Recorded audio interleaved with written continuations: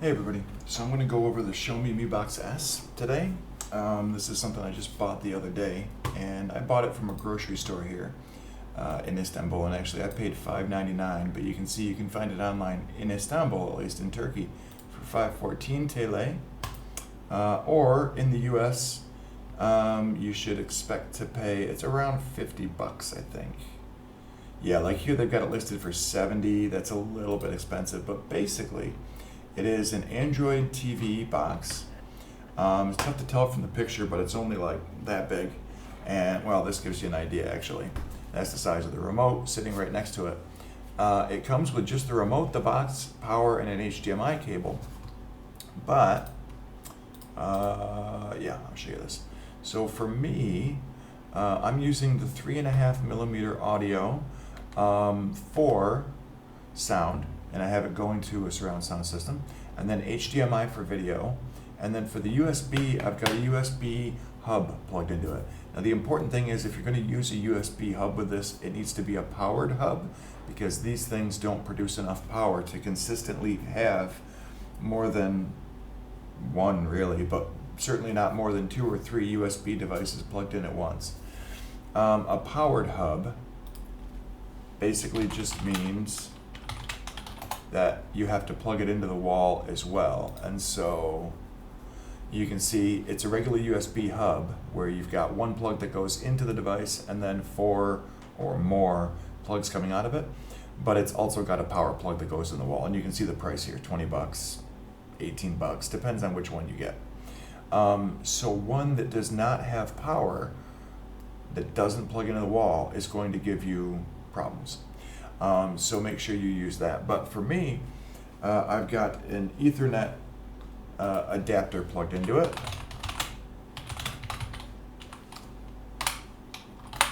So let's see. Oh my God, who cares? Just show the damn thing. So one of these, where basically you plug it in and then to USB, and then you get Ethernet coming out of it, gigabit Ethernet coming out of it in my case, but it's probably not going to really be gigabit. However, it will be generally faster and way more consistent than Wi-Fi. So if you can plug it in to wired Ethernet, I would suggest it with one of these. I think I spent 50 TL on the one that I have, though they're usually between 50 and 100 TL here for the cheap ones. You can see for 20 bucks you can buy one at Best Buy. And then I've also got a keyboard and mouse plugged into it, and I'll talk about that in a minute, why. I use it for any desk mostly. And then I've also got an Xbox 360 wired game controller plugged into it for emulators, for playing video games, so like Super Nintendo and Nintendo video games. There are Android video games as well, but I don't know. I don't want to play video games with this goddamn thing. And yeah, you can use the Xbox 360 remote to actually control the device as well. Though I don't like to personally. And again, you can use the keyboard and mouse to control it. So anyways, here's what you'll actually see when you get it and plug it in and set it up. It won't be exactly this because I've installed some stuff and I've configured some stuff. But first up, I'll show you settings. So again, mine shows Ethernet connected because I have it hardwired, but you can connect it to Wi-Fi. It's 802.11 AC, so it's AC Wi-Fi. Let's see, you would sign in with your account. As for device preferences, it's kind of similar to what you would get in any tablet, in a regular Android tablet. It does have Chromecast, which is nice, meaning you can cast from like your phone or another computer to the device.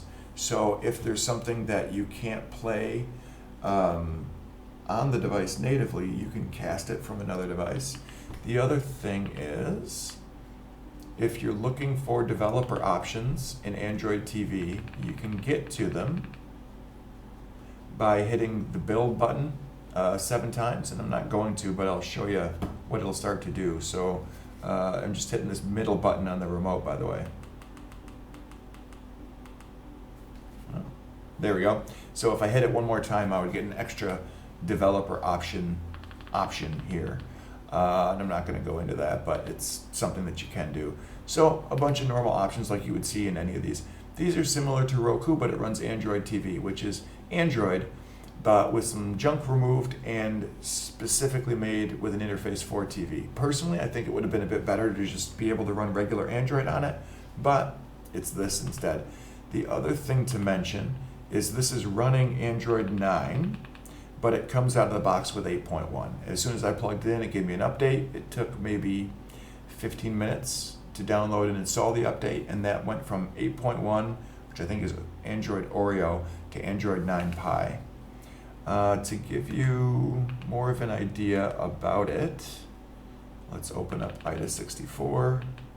If you don't know, IDA64 is made for Windows as well, but it's basically just a thing that gives you information about your device. So, Xiaomi MiBox 4, it's got 2 gigabytes of memory. You can see running a bunch of programs right now, it's got 500 megabytes available, so it uses about 1.5 gigs. Just normally searching through stuff. It comes with Bluetooth 4.1. When you go to CPU, you see it's a quad core at 1.5 gigahertz. So it's going to be similar to like a Raspberry Pi 4, but with the 2 gigabyte version. When we go over to display, you see it's a Mali 450 GPU, and I've got it hooked up to a 1080p TV and OpenGLES 2.0, which is pretty typical for Android devices, for inexpensive Android devices. Again, you can see it's running, well, can you see? Here, let me go back up. It's running Android 9 Pie, and I've got I don't know if that's January 5th or May 1st, probably January 5th for the security patch level, which some people care about. Is there anything else interesting here? Not really. Yeah. So apart from that, again, it works like any other TV stick or TV box. So like for instance with YouTube, you open it up, log in, and you get access to all of your normal YouTube stuff. I should say I'm running this on AnyDesk, and so it's laggy. Like that lag isn't actually happening on my TV over there, but you're seeing it because I click a button, it happens on the TV, and then that video from the TV is then sent over here to the computer where it's re-rendered on this screen. And there's a big latency with that, and that's why there's this delay. Doesn't seem too bad right now, but it actually is really annoying. You wouldn't watch something through AnyDesk, but what's nice is that you can install AnyDesk on here, and that's what I'm using to cast this to the screen so I can record it. But on the flip side, I've got the keyboard and mouse connected, and so I'm able to open AnyDesk and connect to another device like my server, and I can like administrate my server, start a download or just use it like a computer. It's not quite perfect. It's not as good as Android in terms of the keyboard and mouse because it's not really made for that. It's made for a TV and this remote, but it works good enough. The Xbox 360 controller is for this Super Nintendo emulator. You can get Nintendo emulators, Super Nintendo, Atari, a whole bunch of other stuff. I'm not sure if you can go up to like PlayStation emulators, but maybe. Probably PlayStation 1 would run on here. But this only has 8 gigabytes of hard drive space, of flash memory. So that's kind of limiting. However, you can plug in USB drives and things like that. The main thing I use it for is YouTube, Netflix, and Plex. And so I've got my own Plex server, and it works just like any other Plex device, which is awesome. So these are all things that are on my own server. I can access them anytime. They play just like they would from a computer. You can have subtitles. It works really well for Plex, and there's no extra cost because it's not a mobile device. It's a plug into the wall type of device. The other thing that you may be interested in is this HAL launcher, because oddly enough, this doesn't come with Chrome, but you can sideload Chrome. And actually, I'll go back here. If you have things that you want to put on here, but you don't want to use like a USB drive, you can use a program called Send Files to TV. And basically, you install this on the Android TV, it's in the Play Store, and then you install it on your phone or tablet, and you can just click send or receive, and then you can send or receive files. So that's what I've used to install Chrome, by sending the APK, the Chrome APK, and it's regular Chrome, but it's clunky.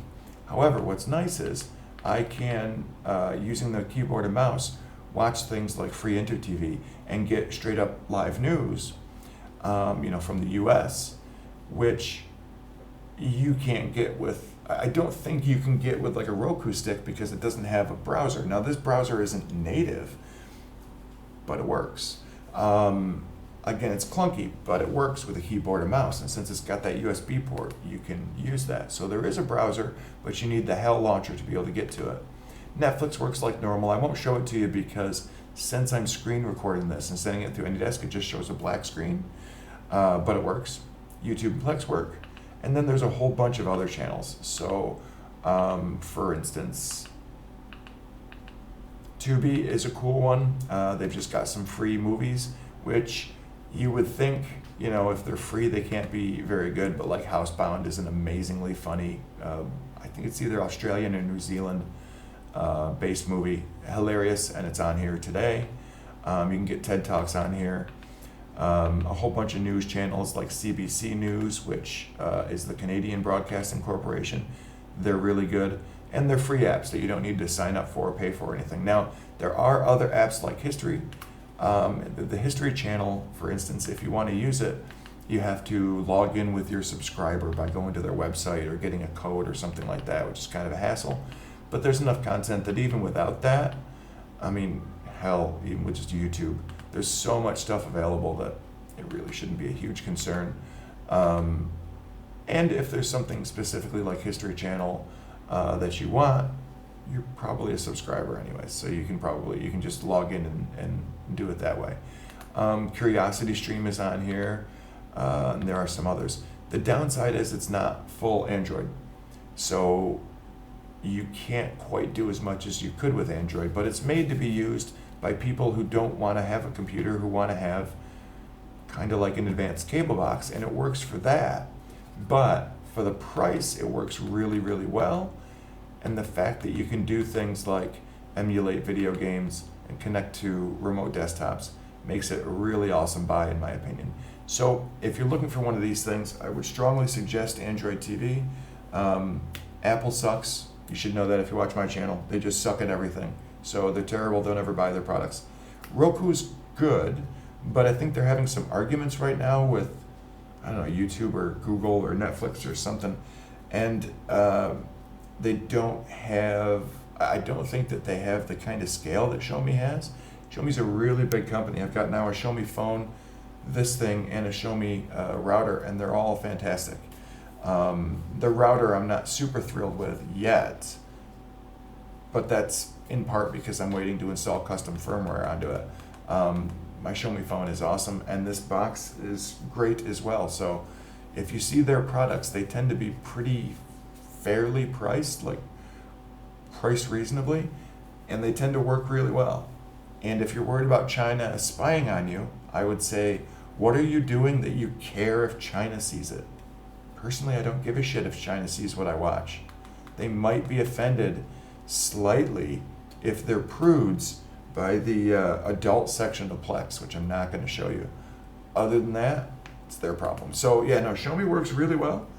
And this is just one more of their products that I would definitely recommend. So anyways, that's all. Hope this helps somebody.